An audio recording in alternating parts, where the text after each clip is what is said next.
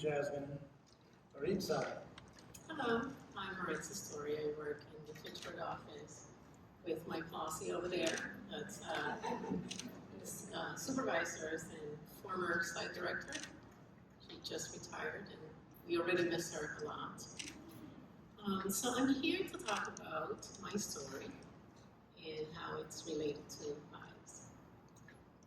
So I was working with a young woman, from like 2015 until 2021. She received case management services, ACCS, and at the beginning of working with her, she was having difficulty engaging with treatment. She fired her prescriber. It was very, very difficult to get to talk to her and engage. So I'm Spanish speaking, she was Spanish speaking, I was able to connect with her mom, and that was a way into connecting with her. So we developed a pretty good relationship. She participated in the continuum of care from ACCS, from outreach working to being in a group living environment. From there, she progressed where she could have her own apartment. And I remember one time visiting her at the GLE, and we were outside at this really cute place in Fitchburg where you can sit outside. And we were having a drink, and she looked at me and she said, "Do you remember when I was going to fire you?" And she started laughing and laughing. And I said, "Yeah, I remember that, but look at you now. You're, engaging with MRC, engaging with your GLE program, ACCS, and things seem to be going pretty good." So eventually she was in her own apartment, but unfortunately she stopped taking her medication, and her delusions increased. So the team got together, we tried different interventions that didn't work. And unfortunately, one time that I went to see her at a follow-up meeting, at the end of the meeting, she was so delusional, she stabbed me. And she stabbed me in the head, my neck, my shoulder. I had about 11 stitches. So after that, of course, I went back to work because I really like what I do. And so these are the things that, following the PIES concept, I was able to recover and go back to work and continue doing what I'm doing. So physically, I, of course, was taking care of my scars so that they would heal. I was taking time to myself, exercising, meditating. Yoga and meditation is something that's super important for me. I practice Kundalini yoga and meditation. And the other thing is trying to enjoy everything I do, because you never know what's going to happen. So I used to practice my meditation every day, but I'm not practicing as much now. However, I try to make a point to do that because that's important for me. Under the intellectual part, I can understand what happened to me and how it's not about me and more about the symptoms that were displayed at the time. One thing that I try to keep in mind as the service authorization case manager is, these are new applications, people that we don't know.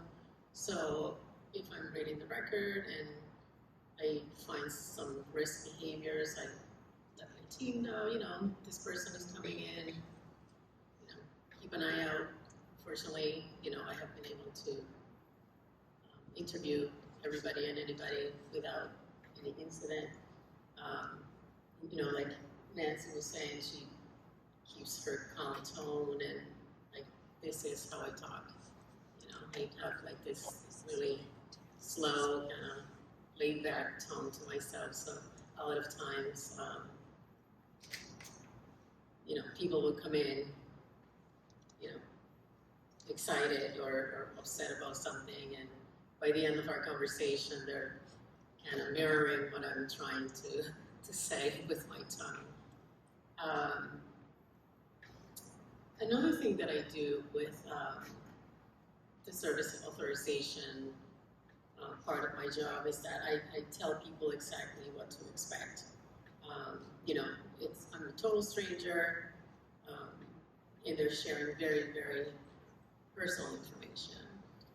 So I tell them, I'll be going through the application process, and one of the things that I try to do is at the end of the interview, bring it back to something positive. We talk about risk factors and symptoms and diagnosis, and at the end I try to ask them, what are your strengths, what are your interests, what are your goals, so that when they leave, they kind of end with that and not with all this information that's very personal that the stranger is asking of me. Of course, I underline that it's confidential, that I don't share with anybody that doesn't need to know.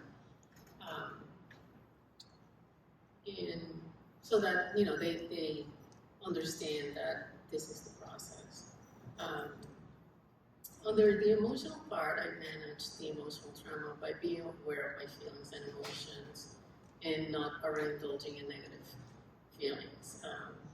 That, we all do that sometimes.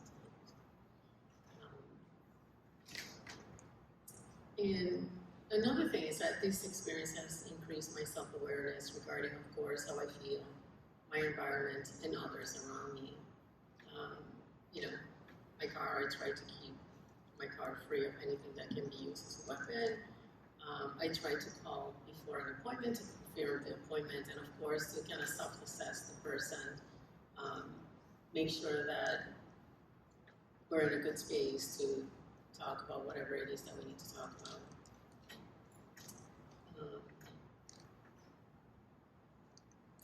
The other thing is that there are times when, of course, the work gets overwhelming. We do a lot of things, calls, tasks that are everyday things that we do. And one thing that I try to do is prioritize what needs to happen right away, or if I need to take this phone call right away, or should I just complete this task so that I can scratch it off my to-do list and feel like I did something today, So those are the things that I can try and keep my emotions in check.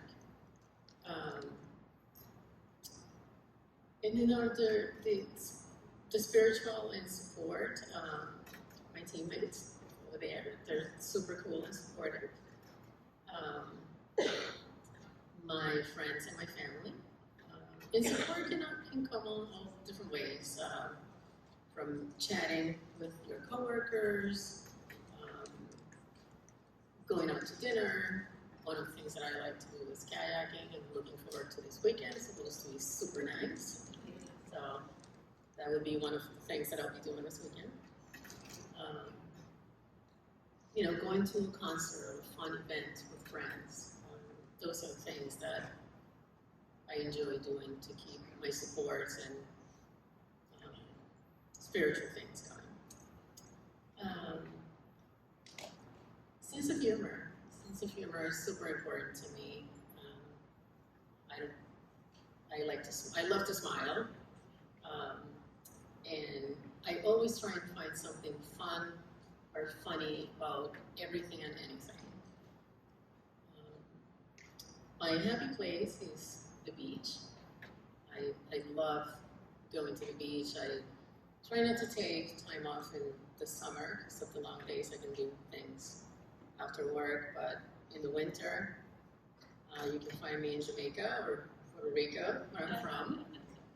That's where the real beach is. It's not what you call beach here, right? Right, girl? There we go. That's true. She knows what's up. It's true. So these relationships have made it easier to get back to work, as well as the relationships that I have with the individuals that I work with. you know, connections are very important. I want to think, and I like to think that we're all connected, and these are words that I try to live by. You're a part of me that I do not yet know. And this is from a book that I just read last year, See No Stranger. Is from Valerie Kaur. And when I read that line, I'm like, this is so awesome. And you know, like that's how I try to connect with everybody and anybody that I meet, because you can give me something that I don't have, and we know that we're all connected. So that's my story. Thank you, Maritza.